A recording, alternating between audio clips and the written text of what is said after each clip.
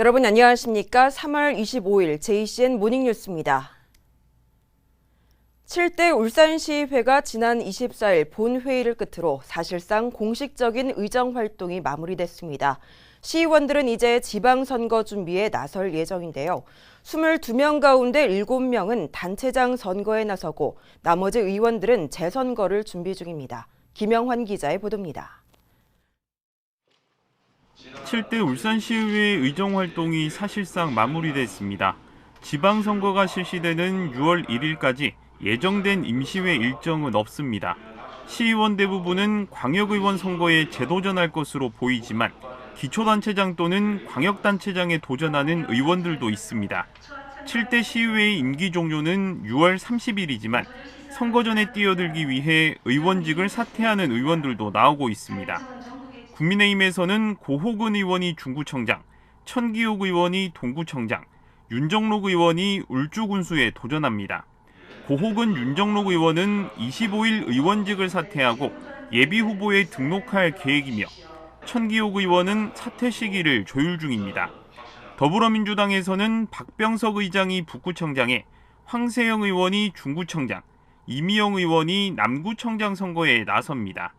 장윤호 의원은 울산시장 선거 출마를 선언한 상태입니다. 장윤호 의원은 3월 말쯤 시장 예비후보에 등록할 예정이며 나머지 의원들은 경선 결과에 따라 예비후보 등록과 사퇴 시기를 결정할 것으로 알려졌습니다. 단체장 선거에 뛰어들지 않는 의원 15명은 현재까지는 광역의원 선거에 재도전할 예정인 것으로 전해졌습니다. 비례대표였던 김종섭 의원은 중구 4선거구, 김시현 의원은 중구 2선거구, 김미영 의원은 동구 1선거구 시의원 선거에 출마할 방침입니다. 민주당 17석, 국민의힘 5석인 울산시의회의 의석수가 이번 지방선거에서 어떻게 변할지에 관심이 쏠리고 있습니다. JCN 뉴스 김용환입니다. 울산시장 선거 출마를 선언한 국민의힘 이채익 국회의원이 청년 참여도시 울산을 위한 청년 공약을 발표했습니다. 이 의원은 울산시 각 실국별로 청년특보를 임명해서 정례회의 등에 참석하도록 하고 시장직 속 청년특별위원회 설치, 맞춤형 청년 창업 지원센터 설립 등을 추진하겠다고 밝혔습니다. 정가빈 예비후보도 기자회견을 열고 복합 문화쇼핑몰 유치와 세계음식 문화단지 등 삼산로를 축으로 하는 울산의 랜드마크 상권을 개발하겠다고 공약했습니다. 정 예비후보는 또 태화강 유람선과 수상택시 등을 도입해서 태화강을 친환경 레저 공간으로 확대 변모시키겠다고 밝혔습니다. 울산이 고령사회 진입을 눈앞에 두고 있는 것으로 나타났습니다. 울산시는 올해 만 65세 이상 노인 인구 비율이 전체의 14%를 넘어서는 고령사회에 접어들 것으로 전망했습니다. 울산의 노인 인구 성비는 여성이 54.2%, 남성 45.8%로 여성 인구의 비율이 높았습니다. 울산 시민의 기대 수명은 82.7세로 10년 전보다 3.1세 높아졌고 이에 따라 은퇴 후 새로운 일자리를 찾는 실버 세대가 늘고 있는 것으로 조사됐습니다. 올해 울산 지역 공동주택의 공시가격이 지난해보다 10.9% 올랐습니다. 국토교통부가 공개한 울산 지역 2022년도 공동주택 공시가격안에 따르면 지난해 18.65%가 오른 데 이어 올해는 10.87%가 올라 2년 연속 두 자릿수의 높은 상승률을 기록했습니다. 올해 울산의 공동주택 공시가격 평균 가격은 1억 8,978만 3천 원으로 지난해보다 1,888만 5천 원이 올랐습니다.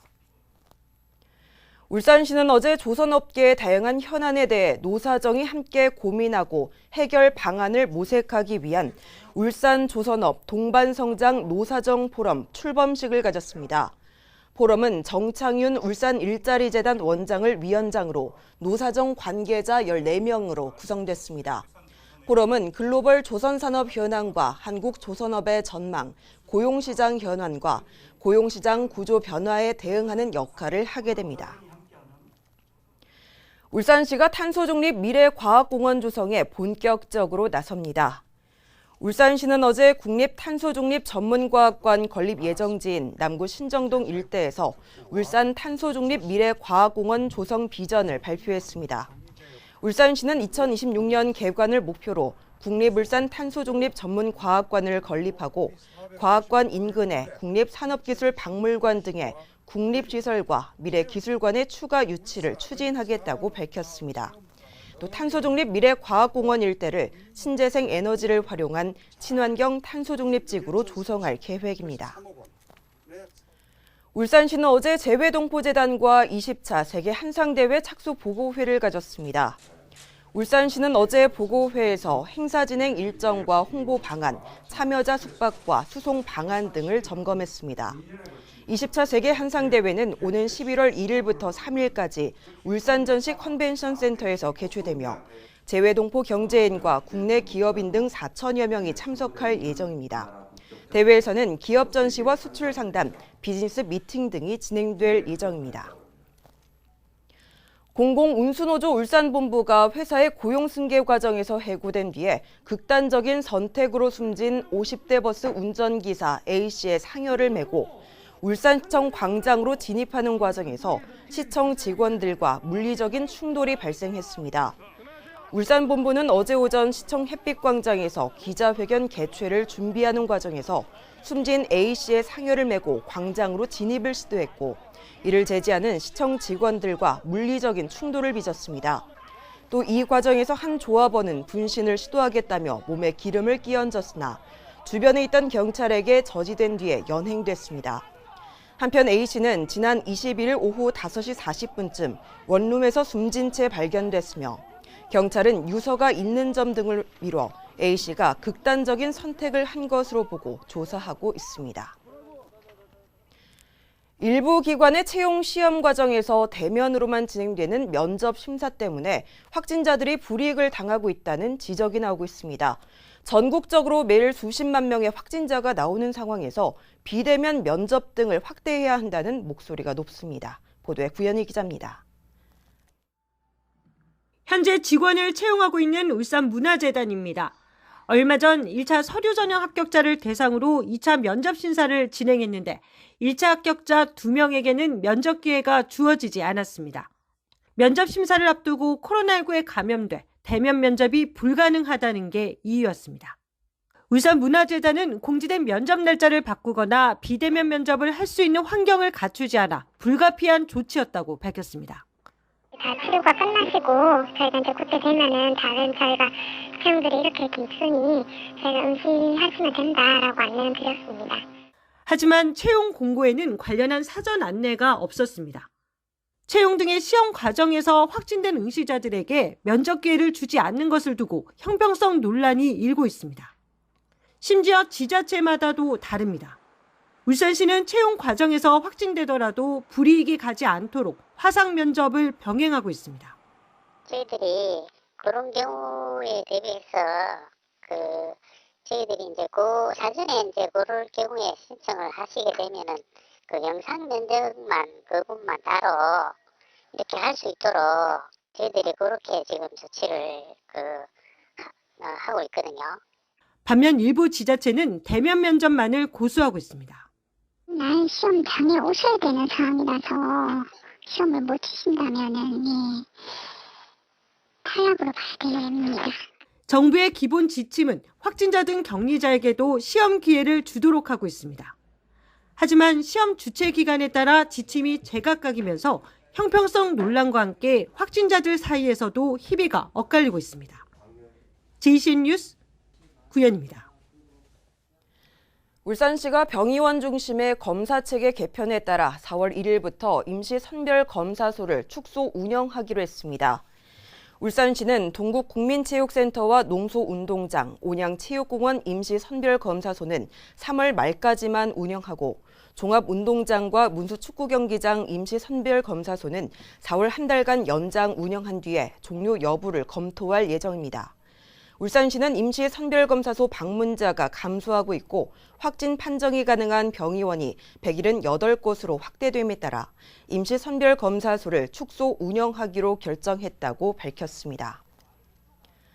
2년 전 울산 연포부두에서 발생한 석유 제품 운반선의 폭발 사고와 관련해 선장과 항해사에게 각각 금고형의 집행유예가 선고됐습니다. 울산지법 정한근 부장판사는 업무상 과실 선박 파괴 등의 혐의로 기소된 러시아인 선장 A씨에게 금고 1년 6개월에 집행유예 2년을, 1등 항해사 B씨에게 금고 1년 4개월에 집행유예 2년을 각각 선고하고 3등 항해사에게도 벌금 1,000만 원을 선고했습니다. 이들은 지난 2019년 9월 울산 연포부두에 정박해 있던 액체 화물선에서 화학물질 2만 7천 톤을 다른 선박으로 옮겨 싣는 과정에서 내부 온도를 확인하지 않는 등 안전관리를 제대로 하지 않아 폭발 사고가 나게 한 혐의를 받고 있습니다. 당시 사고로 화염이 수백 미터까지 치솟으면서 울산대교 주탑 케이블과 경관 조명, 주변 선박 등이 불에 타 140억 원이 넘는 재산 피해가 났고 선원 등 11명이 대피하다가 다치기도 했습니다. 중구청이 77회 식목일을 맞아 어제 이파산 야영장 일원에서 나무 심기 행사를 열었습니다. 어제 나무 심기 행사에는 박태환 중구청장과 공무원, 지역 주민 등 200여 명이 참여해 이파산 참사리숲 제2오토 캠핑장 일대에서 편백나무 1,000그루를 심었습니다. 중구청은 이파산 일대에 지속적으로 편백나무를 심어 주민과 관광객들에게 치유와 휴양 공간을 제공할 예정입니다. 울주군과 이선호 군수가 2022 대한민국 공정관광 대상에서 최우수 기관상과 최우수 단체장상을 받았습니다. 울주군은 공정관광 저변 확대를 위해 공정관광 육성 관련 조례를 제정하고 지역 주민이 참여하는 공정관광 개발을 위한 교육 프로그램을 진행한 점에서 높은 평가를 받았습니다. 롯데케미칼 울산공장은 어제 취약계층 아동 학습 지원을 위한 사업비 800만 원을 남구 건강가정 다문화가족 지원센터에 전달했습니다. 이날 전달된 사업비는 취약계층 아동 가정에 배움 지도사를 파견해서 학습 지도와 정서 지원을 비롯한 수업에 필요한 교구와 교재를 구입하는 데 사용될 예정입니다. SK에너지 울산 컴플렉스는 어제 남구청을 방문해 사회적 경제기업 온라인 판로 지원을 위해 5천만 원을 울산 사회복지 공동모금회에 전달했습니다. 이날 전달된 성금은 울산 사회적 경제기업 온라인 판로 지원 사업 지원에 다양한 판로 활성화와 사회적 경제 조직의 역량 강화를 위해 사용될 예정입니다. 한편 SK에너지 울산 컴플렉스는 지난 2020년에도 울산 사회적 경제 판로 지원센터 설립과 운영에 1억 원을 지원한 바 있습니다. 울주군은 최근 2주간 체납 차량에 대한 번호판 야간 영치 활동을 벌여 133대의 번호판을 영치했다고 밝혔습니다.